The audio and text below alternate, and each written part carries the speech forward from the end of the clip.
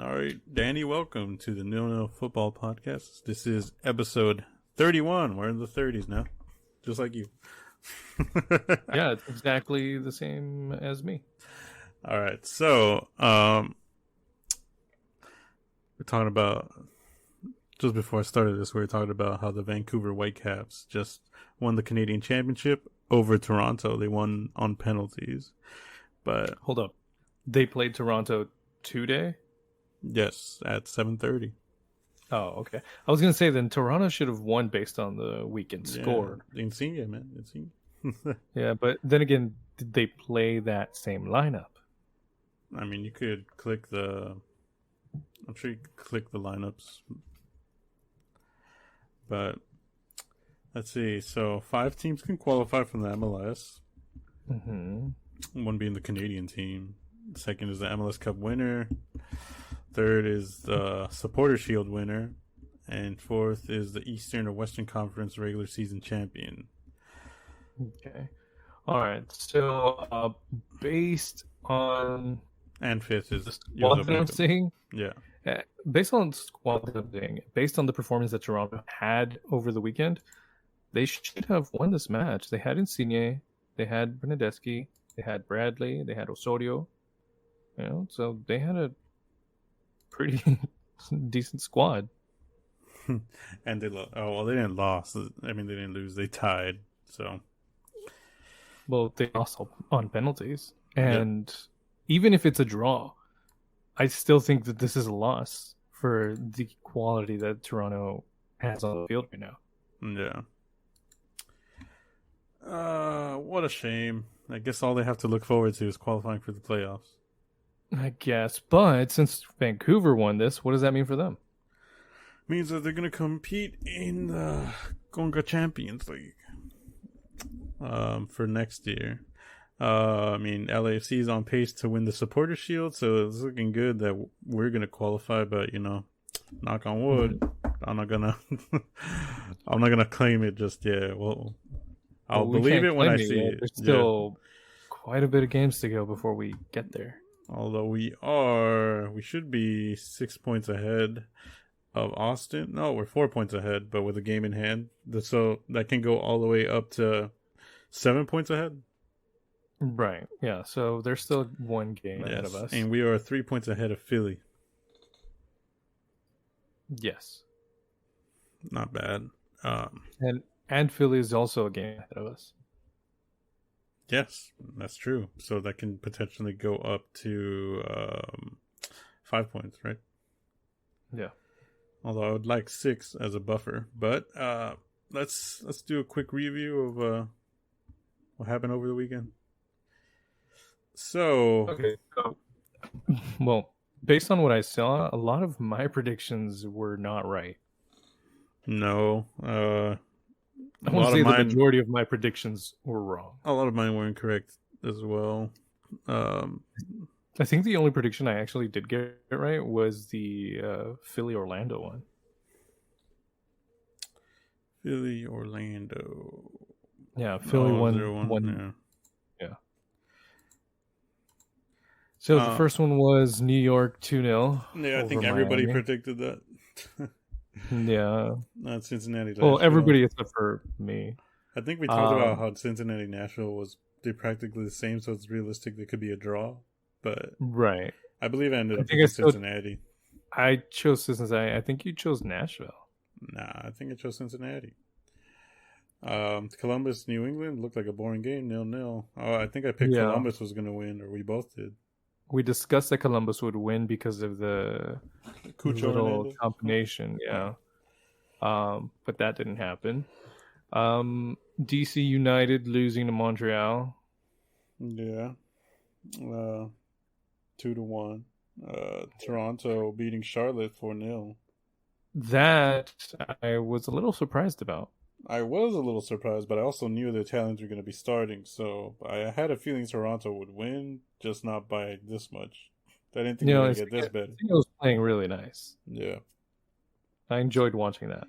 All right, so then we got Houston, Minnesota. I think on the podcast I said that Minnesota was going to win, but I ended up picking Houston in the Yes, predict you did. six. Yeah, Yeah, which I should have stuck with my original. yeah. Seattle, Colorado. Seattle Yeah, I won mean we that both one. expected Seattle. Colorado to win, especially if you tune into the score um, like 20 minutes in ish. You saw that Colorado was winning 1-0. Yeah.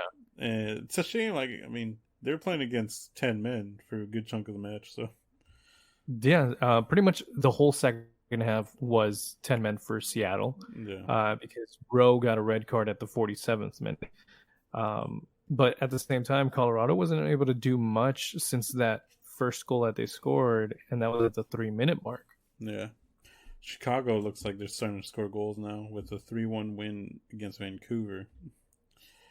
Yeah, and Shaqiri's on the score I sheet know, for that and one. it wasn't a pen for once. Mm-hmm. Then you got Portland, San Jose. I was picking San Jose would win. I think you went with Portland.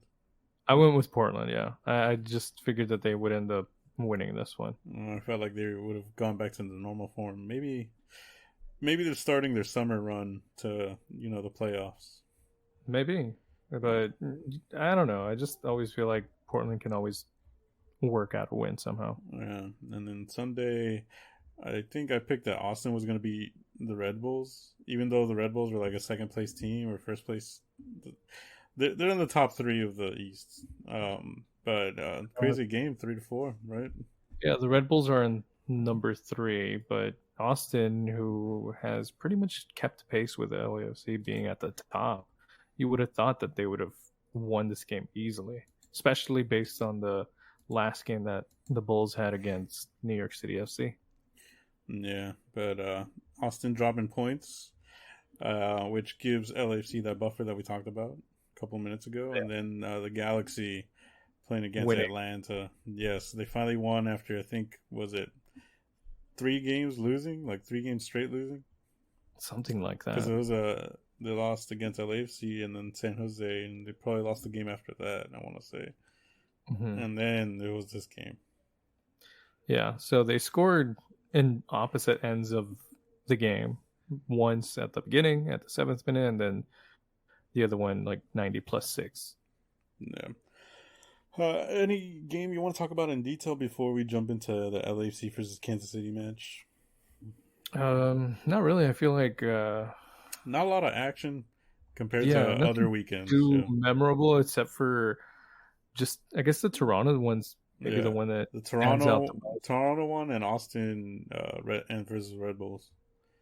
Those are that one was an interesting one just because of 7 goals in that match. Although Toronto was kind of boring because they scored all 4 of those in the first half, so the second half had no action. Yeah. All right, let's jump into LAFC versus Kansas City. So this is basically top versus the bottom of the West.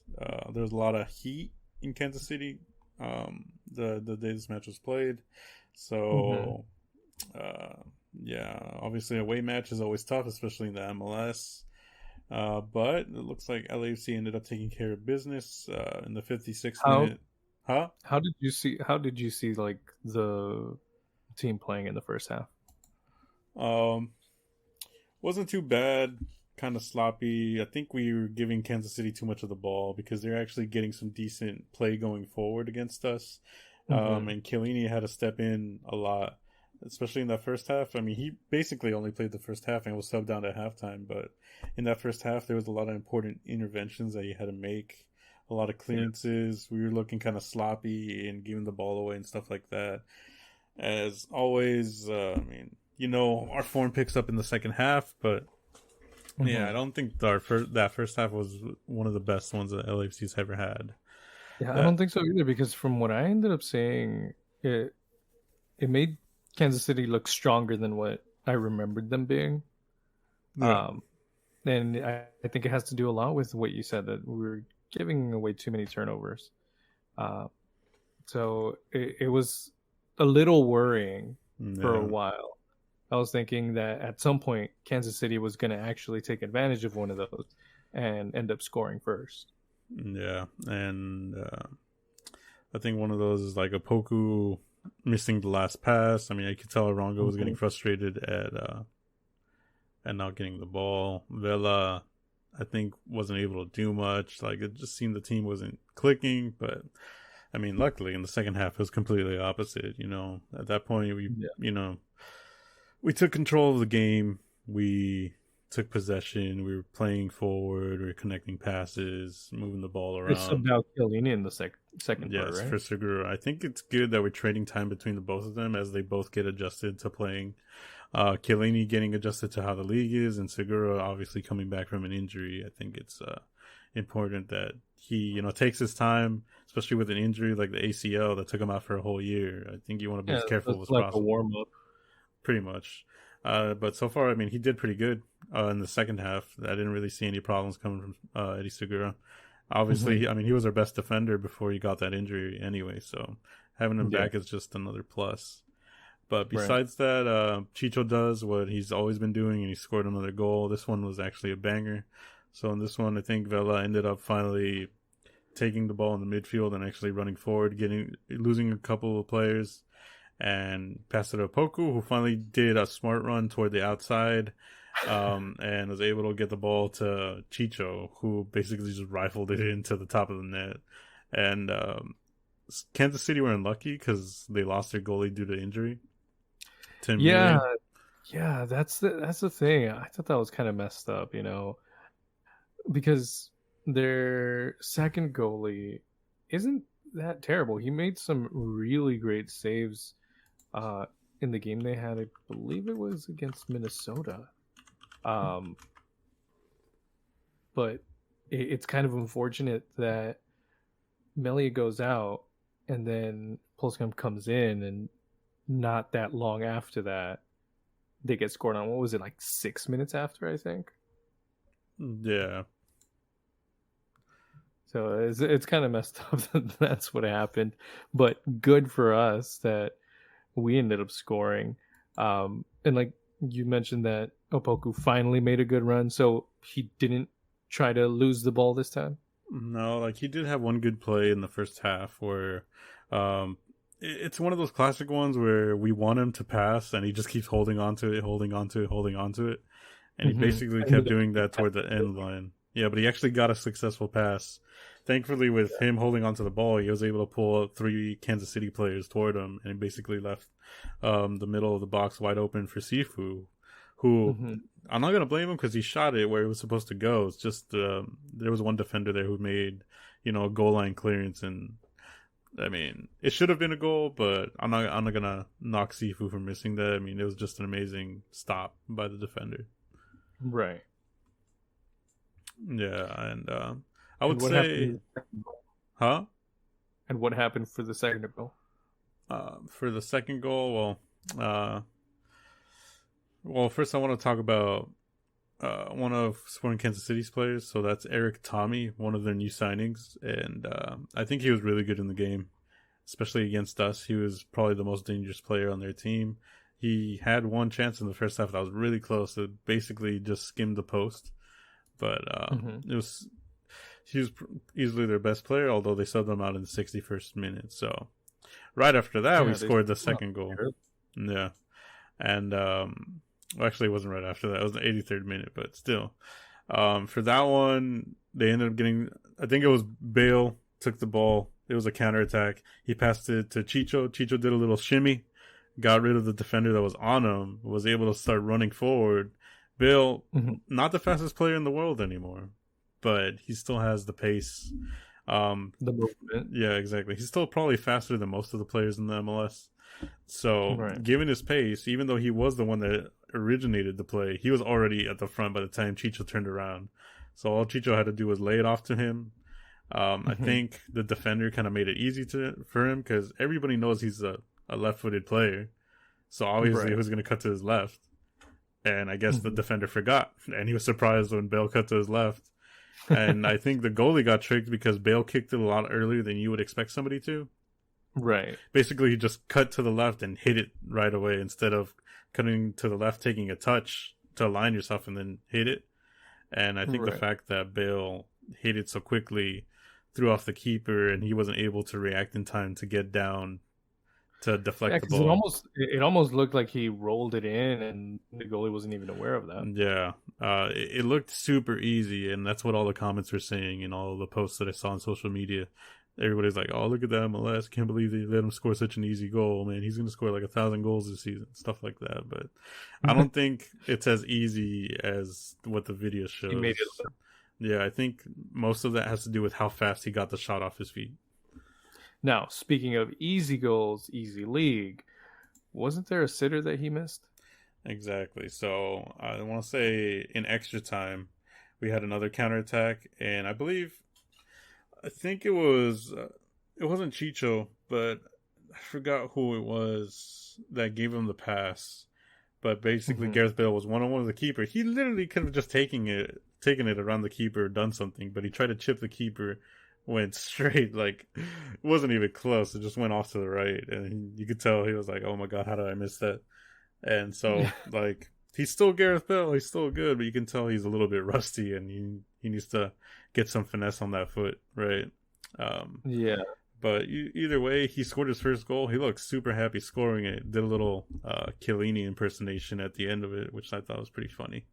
But so far, I'd say I'm loving the chemistry of the team right now, especially with the new players like Chiellini and Bale. They look like they've integrated to the team pretty quickly, and they look like they're having a great time. I mean, I've never seen two players who look happier being in the new team.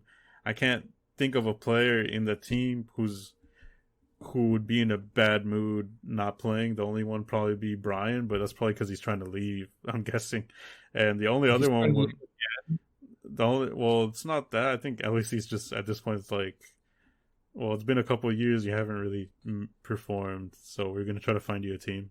That's the rumors going around. Oh, okay. I didn't know that. Yeah. I thought that he was out just because of injuries. No, he was. He is. But like in the meantime, we're trying to liberate his DP spot on somebody who can actually, get the most out of that kind of position. Yeah, I mean, yeah, he has good potential, but he just keeps doing the same thing over and over, expecting a different result. And you want some variety, right? I want some variety. I want some risk to be taken. Like half of the time he tries to do something that he's seen the result, and the defender he's up against has seen exactly the same move going over and over. I want him to run at the players. Most of the time I see him taking the ball and stopping, and then just feinting to go one way, feinting to go the other way, and everybody knows he's going to go left, so he tries to go left, and he loses the ball. Yeah. And I know. I want to see him, instead of stopping at the ball, continue running at the players.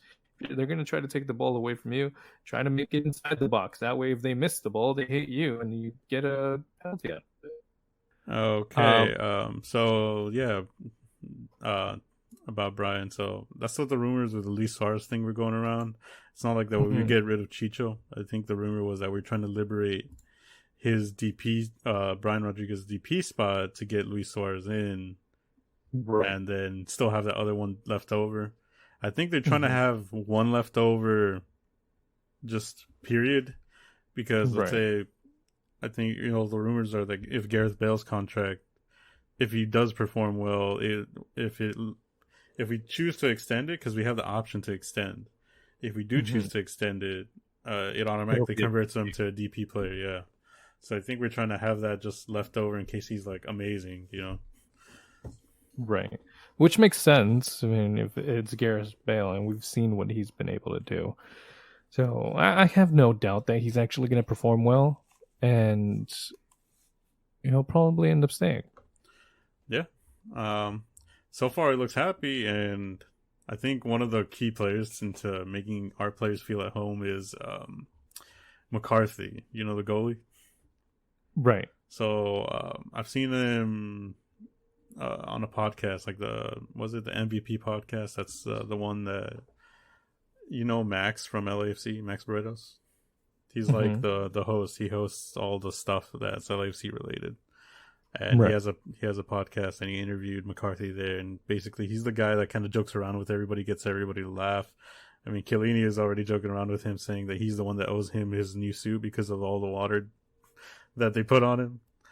Oh, and yeah. then you could tell, like, there's pictures of him laughing with Bale, so you could tell he's the guy that makes everybody gel together, even though he's probably one of the players that has the least amount of play time.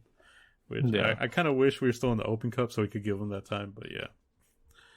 You know what? They should just make him the designated, person to A keep DP everybody. goalie. Yeah, exactly. Just a DP goalie, just to keep everybody happy. Yeah.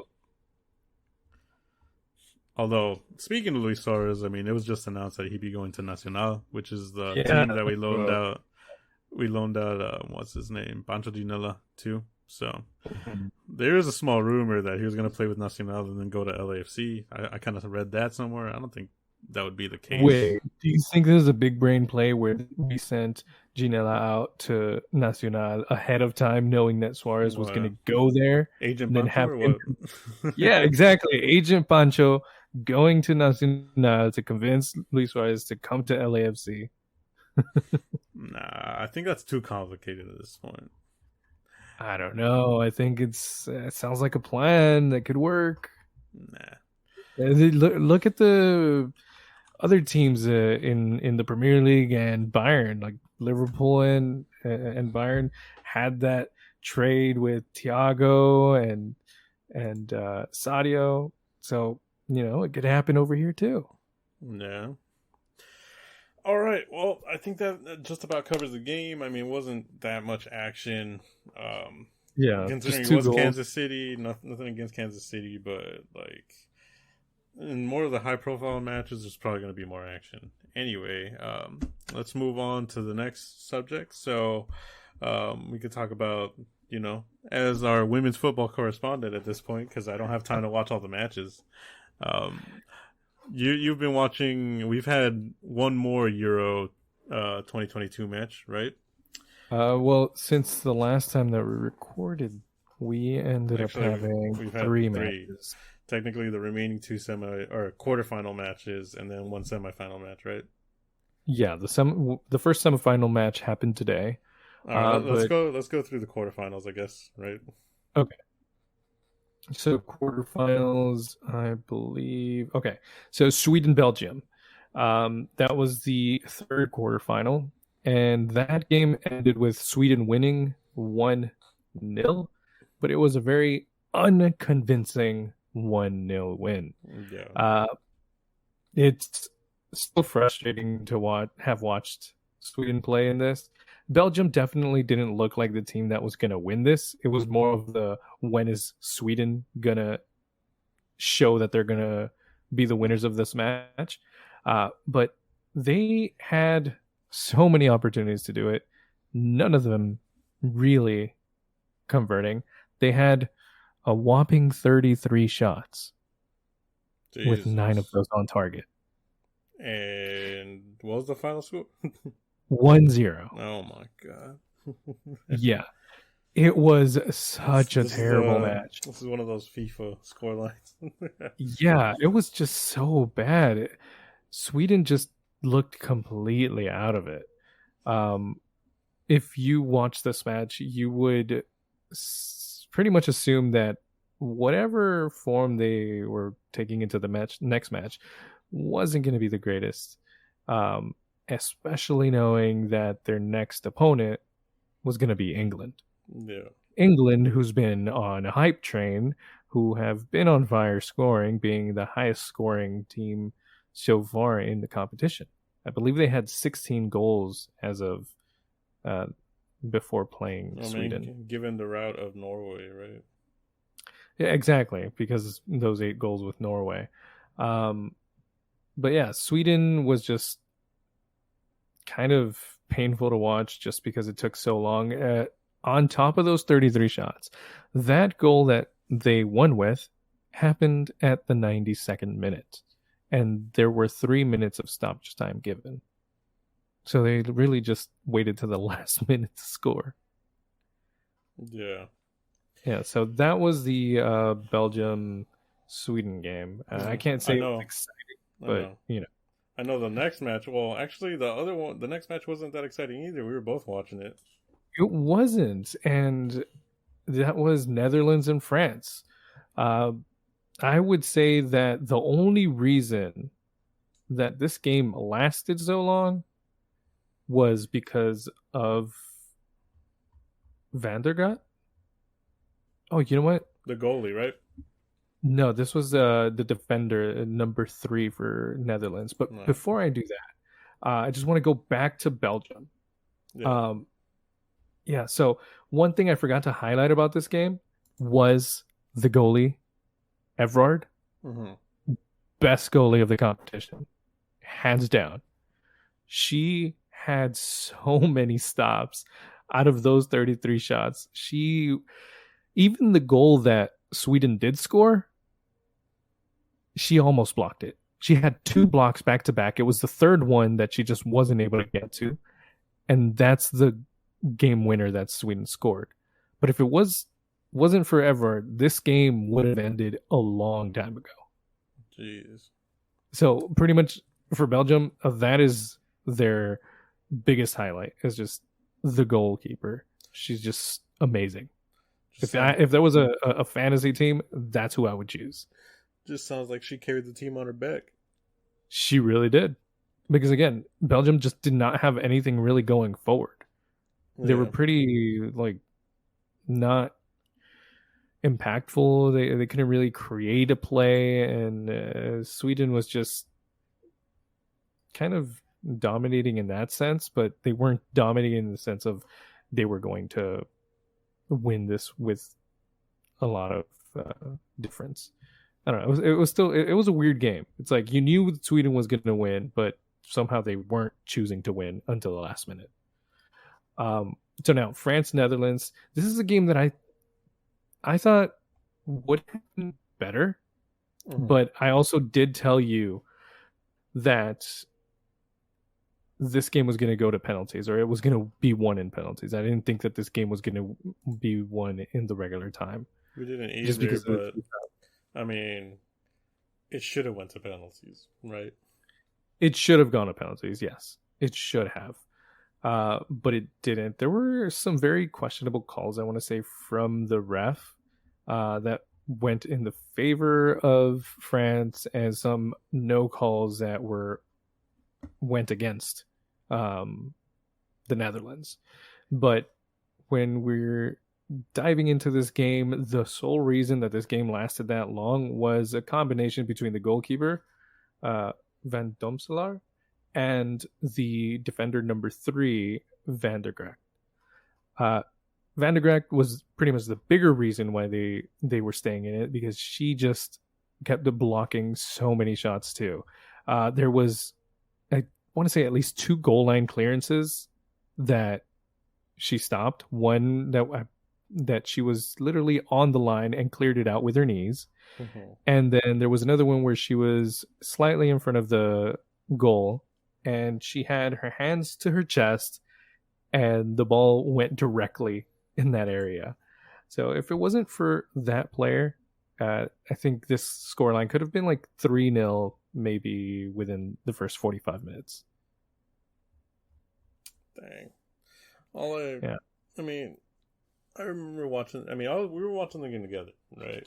Mm-hmm. And you could tell.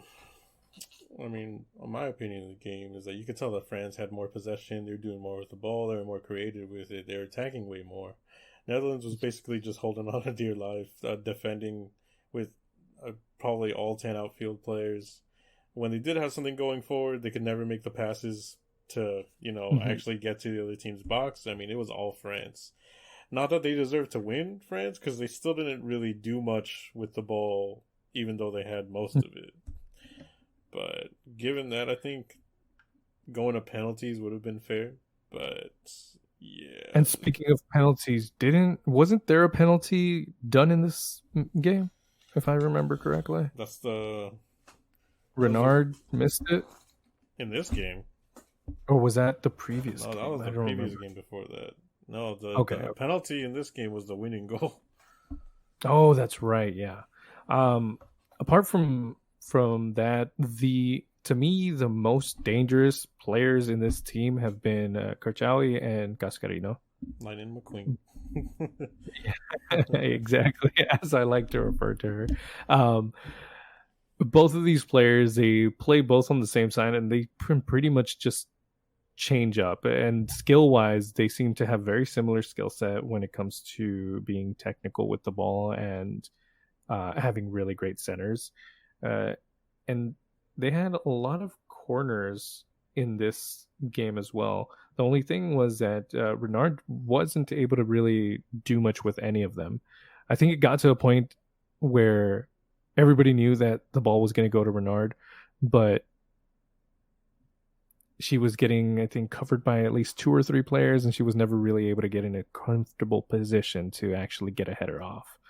But aside from that, I don't think that France is a very convincing side when it comes to moving on to the final.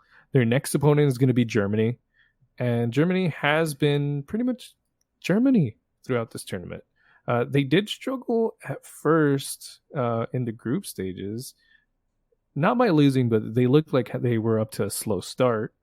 But as the tournament went on, they've just gotten more of their form, more confidence, and it's showing in their results.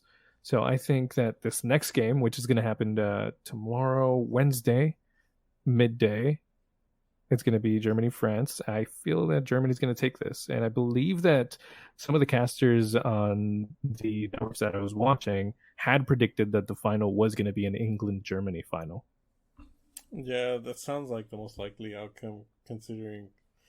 I mean, Germany's actually shown that they're dominant. France, I think the only time they were good was in their first match that I saw. And after that, it's been okay-ish. They haven't really put their attacking talent. I don't think they've maximized it.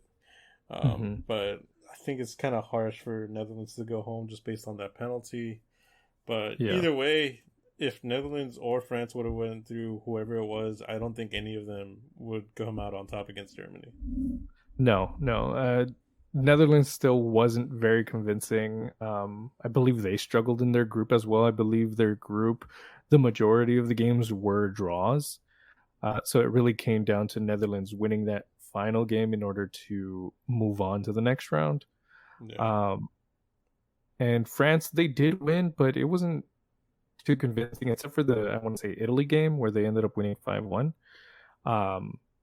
But still, I think that Germany's going to end up winning this game. The final is going to be Germany-England, and I believe they mentioned that England had never made it past the semifinals. And France had never made it to the semifinals in a Euro competition. So this is France's first semifinals. Well, and it's weird because of the quality of players they usually tend to have. Yeah, considering how they played, like you got Cascarino, you got Turan, you got I guess Renard, who's been one of the best players since she's started. Yeah, and if you go back even further with the other players, Lesmer, Below, Henri, all these other players that have had really great quality, you would have thought, oh, they've already been to at least 2 or 3 finals. Yeah. But no, this is their first semifinal. So this is the first time that they've made it this far in the competition. And as for Germany, I believe this is a random statistic that they mentioned during the England game. They were saying, oh, if Germany make it to the final, it's going to be a very Germany-favored game because as of now, the track record for the women's Germany team has been that anytime that they've been in a final, they've never lost one. Yep, and, well, before we talk about the next person that we think is going to be in the final, we should just cover the next game, right? What game? One that happened today. Oh yeah, you're right. So the first semifinal game happened today, and that was England versus Sweden. Yeah. Okay. I saw the. Did you watch the whole game? I did watch the whole game. Okay, I saw the highlights real quick. Okay. How do you feel about the goalie? Oh my god. It was so sad. I want to say that the reason that they lost wasn't necessarily goalie, but it is the reason that the result ended the way it did. Yes, I don't think she would have stopped them from losing, but I do. No, she wouldn't have stopped them. But I do think that with someone with, I believe I heard them say 20 years of being the goalie. Someone, oh, dang. So she has experience. She's 39. So, yeah, believable. 20 years of experience of being the goalkeeper. You would have thought, yeah, she can handle anything that comes her way. Something might get by, but it's got to be something pretty special. It wasn't. What happened with the third goal, Arnold? What, the back heel one where she reacted all late? Yes. I think if they had a different goalie that actually had good reflexes, it would have been 1-0. Yeah, so I said third goal. The result of this game was England 4, Sweden nothing. Yep. And I want to say that England deserved this win. England deserved the hype. And England deserved to be confident in themselves that being the host nation, they can actually win this. Yep. I mean, given that they are playing at home and they have all their fans in the stadium, it's their game to lose against who we think is going to be there, which is Germany. We'll find out tomorrow. But it's basically England's game to lose. They have to, as long as they can hold Germany off, they should be able to win it. Yeah, this game was interesting. At first, I want to say it looked like Sweden was going to end up getting one in at any time. They had a decent amount of shots in the first half, a decent amount of opportunities and clear opportunities in the first half, but they just failed to convert. They were having the same issue that Spain was having when it came to being within the box, is that they were getting there, they were getting their shots off, they just weren't converting those opportunities. And with England, it was the opposite. They had a few chances, but those few chances that they did have, they made the most of it. And that's why you ended up getting that 4-0 result. And even if it wasn't the 4-0, even if it was just 1-0, that first opportunity was good enough. Yeah. As opposed to... I would say that first one was actually a decent goal. The first goal was a really good goal. Although they did waste opportunity before that led up to the goal. Yes, they did. So to me, watching this game, England looked very strong. Yeah, they struggled a little bit at first, and of course some passes weren't really competing, but it didn't look like they didn't know what they were doing. I want to say that this game, the team looked like they were trying to figure out how to set themselves up to start functioning well. Because Sweden was, in a way, kind of closing off a lot of their go-to plays and go-to players. But they kept shifting around, and it looked like they were looking for a solution throughout the whole time before that first goal. And they found it, because as soon as that first goal went in, all the other ones, although not immediately after, started coming in. The second happened at the 48th minute, the third happened at the 68th, and the fourth happened at the 76th. Yeah. So they ended up working out whatever problems they were having within the game, which, I think this is what you want to see from every team. There's a difference between playing like you have no idea what to do, you're just panicking, and playing for a solution. And this is what England did, and they deserve this win, hands down. I think that they performed very well. They should be very proud of what they did. On the other hand, Sweden, they looked completely sluggish. The way I was looking at them, they just looked so tired, kind of like they really didn't know what to do, and not the same way of a panicky what to do. It was like it was a lot of work for them to think about what to do. Yeah, I would say on a couple of goals, even though I'm putting, a lot of the blame on the goalie, I will say that on a couple of them, I mean, it literally looked like Sweden was standing still while England was the only team moving. Yes, there was a lot of that. There was definitely a lot of that. On top of that, they were also giving away a lot of balls for free. Yep. Their passes were not um, finding their targets. They had a 73 pass accuracy.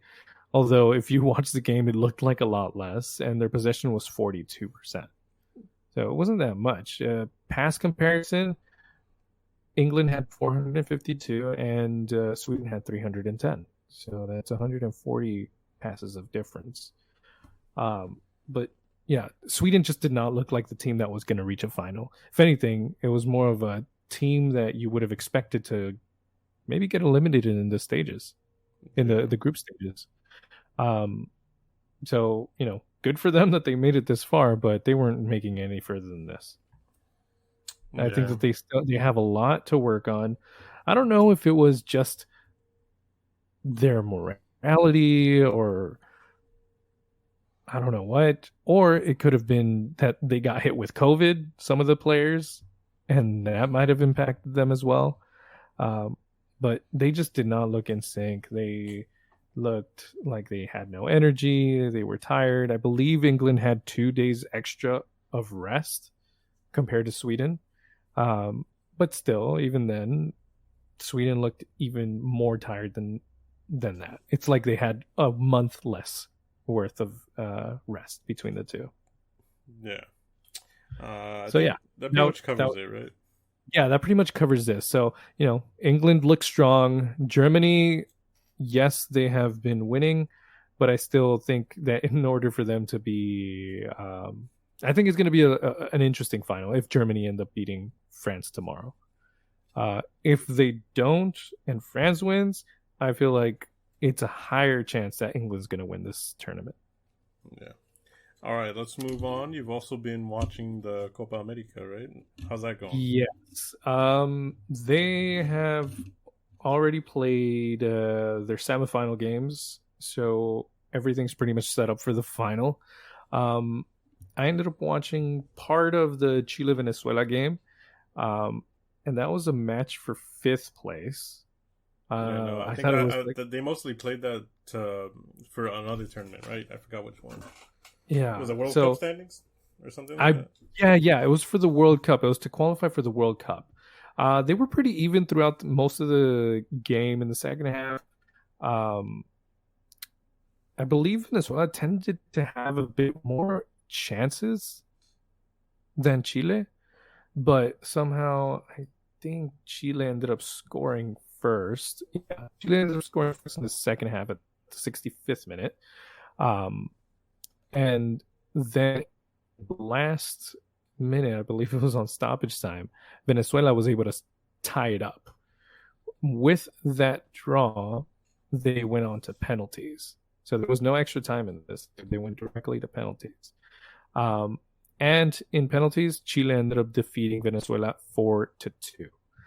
This was interesting for me because I was expecting the same level of gameplay as I was watching from the Euros. And it is so far behind the Euro level of competition for the women's. I'm not saying that they played terrible. It's just the pace, if you look at it, it's so much slower. The type of shots that are taken aren't the strongest shots, but the goalies somehow still struggle with those. So the World Cup for the women's is coming up next year. Chile just qualified. I think that they will have a lot of work to do before they actually become a team that you can expect to reach the final. But maybe they might get out of the group stages. The other 2 games that happened, these were yesterday and today, the semifinal games. It was Colombia versus Argentina. I did not watch this, but I did see that Colombia beat Argentina 1-0. And so Colombia is going on to the final. And then the other game that happened today that was Brazil versus Paraguay, and Brazil won that one 2-0. So the final for Copa America is going to be Colombia and Brazil, and that's going to happen on Saturday. That should be a good game, actually. I mean, Brazil is probably, I would assume, given that, how Marta is like the most famous player and whatnot, I would assume they're just like the men's and the way they play. I think I've seen a couple clips that they do. Would you say that Brazil is probably one of the favorites? I would say that Brazil is the favorite. Looking at their score lines so far starting from the first round, 4-0, 3-0, 4-0, 6-0. So he's telling me they haven't gotten scored against. That's what it looks like. It looks like they've had a clean sheet in every single game so far. Well, they have not gotten scored on in this whole competition. Good luck to Colombia. Yeah, Colombia, on the other hand, I believe they have gotten scored on. Let me just double check that. So the first game they had was 4-2. Then it was 3-0. Then we had 2-1 and 4-0. So it should be a pretty interesting game, although Brazil will be heavy favorites. And if you see these score lines, I think you can easily say that Brazil's probably going to come away with a multiple goal win in this final. Probably. Considering that Colombia, was a 1-0 win, right? Colombia was a 1-0 win against Argentina, yeah. Yeah, I would put my money on Brazil winning this. Yeah, and to close off women's international football, the last tournament that happened was the Women's African Cup of Nations, and that final happened over the weekend between South Africa and Morocco, with South Africa taking the win 2-1. Interesting. Mm-hmm. Why did you expect a different team going towards the final? My mind just keeps instinctively just saying thinking about the men's. Yeah, like whatever good teams the men's, they probably have the most advanced women's teams, stuff like that. But South Africa, would think so, right? Yeah, South Africa, which isn't even in the conversation for the men's side of like the African Cup of Nations. It's interesting that they're that good in the women's side. Yeah, so those are your first and second place, South Africa, Morocco being second. And then in the third place match was Nigeria versus Zambia. And I think if you also go with your mentality of thinking, which men's team is the stronger of the two, you would immediately say Nigeria. But it was Zambia. Who ended up winning. Yeah. Yeah, so those are your top three placings for the Africa Cup of Nations for the women's football. All right. What else is left for us to discuss? I mean, today, Christian Eriksen was presented as a Man United player, officially. Mm-hmm. All the comments are saying, they're going to give him a heart attack, like that kind of thing. He's got his pacemaker now. He's good. What else? Ronaldo officially came back to Manchester after having family issues for all the preseason. I did see that. He was driving in on his Rolls Royce. And people think he's trying to bust a move like he did last year, where he's like, the rumor that he's going to go to Man City and stuff like that. Mm-hmm. And so Man United swooped in. There's a lot of rumors that's like, he's going to go to Atleti. And I'm guessing they're trying to trick Real Madrid into biting, right? But okay, I get you. Yeah, but literally the president of Atleti came out. It's like, bro, who started this rumor? We're not even interested. My God, getting turned down by everybody in every league. Pretty much. So he either has to play Europa League, or we might loan him out to somebody that does play Champions League. And then when we qualify for Champions League, he'll come back. It just seems like he doesn't ever not want to play Champions League. Like, that seems like what his most important goal is. I understand that. But here's the thing. If you're not part of a squad that is qualifying for the Champions League, do you really deserve to be in it? Yeah, I know. I mean, he did score a lot of goals, but... That's like cutting in line. Yep. You're walking by, you see a friend at a line that you want to get into, Hey, I know you. Can I stand here too? Yep. Sure, yeah, why not? Come in, get cutsies here. No, I think that even if you're Ronaldo, I don't care. You have to qualify with your team to deserve to be in it. Yeah. And if Manchester United were not in a position to qualify for the Champions League, then neither are you because you were part of that squad. And So nobody it's else not. wants him. I don't think it's fair for him to try and sneak into the Champions League. I understand that you want to play in the Champions League. Okay, then try to get your team to get in a Champions League position. I mean, he has a contract that he's got to fulfill, right? Exactly. Like you're going there to work. Your reward is the Champions League in your eyes. Then work for it. Yeah, but it's a rumor. So nobody wants Ronaldo still. Luis Suarez went to Nacional. No other big news as of now, to be honest. No other Cavani's big still signings. staying at Manchester United, or is he moved on? He's been gone. He's okay. currently a free agent. I don't think anybody's made it official that they've signed him, which would be good. Well, you want him for LAFC? I'll take him. Yeah, I mean, you already know how LAFC is with Uruguayans. Let's get that TAM deal.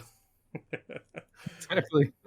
But yeah, so a lot of good free agents out, but Barcelona's still spending money they don't have. Yeah, what is up with that? Oh, do you have any update on the Frankie saga? Beavers. No, still doesn't want to go anywhere because I had seen something that said they no longer had to sell him and that he was willing to take a pay cut to stay at Barcelona.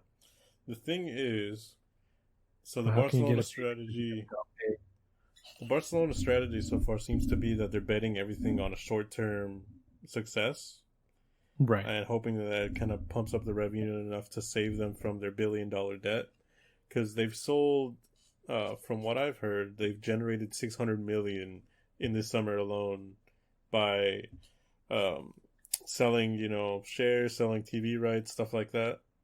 They've also talked to the current players and asked them to undergo a wage reduction so that they can sign more players. So technically, all this stuff that they've done to generate money is going to come back to bite them in a couple of years, if not next year, right?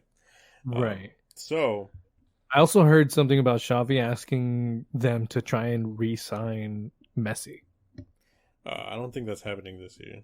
With the wages that he demands, there's no way. But the president did say that he hopes that the story with Messi and Barcelona isn't over yet, that they're going to try to get him back at some point in the future. But it's definitely not going to be this season, obviously. But that's if the sporting director Mbappe decides to let him go at all. Yeah, pretty much. But yeah, anyway, besides that... what were you gonna say? And I was going to say, speaking of Barcelona, they did have a game against Real Madrid. Yep, and they ended up winning it 1-0, and that was about it. There was nothing really besides that. They did get into one fight, at least. At least keeping the classic in the Clásico. Yeah, Lewandowski didn't really score a goal, but he was playing kind of decent. It looks like he was trying to be fancier than what he normally is. But yeah. Yeah, he did a couple of plays that would have worked were he in Bayern. Yeah, probably. But besides that, that's pretty much all I got for today. I think we've covered everything that needs to be talked about. Yeah, I think so too. All right, we're going to end the episode there. Be sure to join us in the next episode. At that point, we'll know who our finalists for the Women's Euro 2022 are, right? And also if Brazil actually defeated Colombia or if Colombia did a major upset. Yes, and we'll also preview the games on the weekend for the MLS. So stay tuned for that. Make sure to follow us everywhere on social media. Give us 5 stars on the podcast if you ever do listen. I did see that there was an uptick in listens recently, so welcome to everybody that's new. But yeah, I'm glad to have you guys all here. Join us in the next episode. We'll see you guys later. Bye.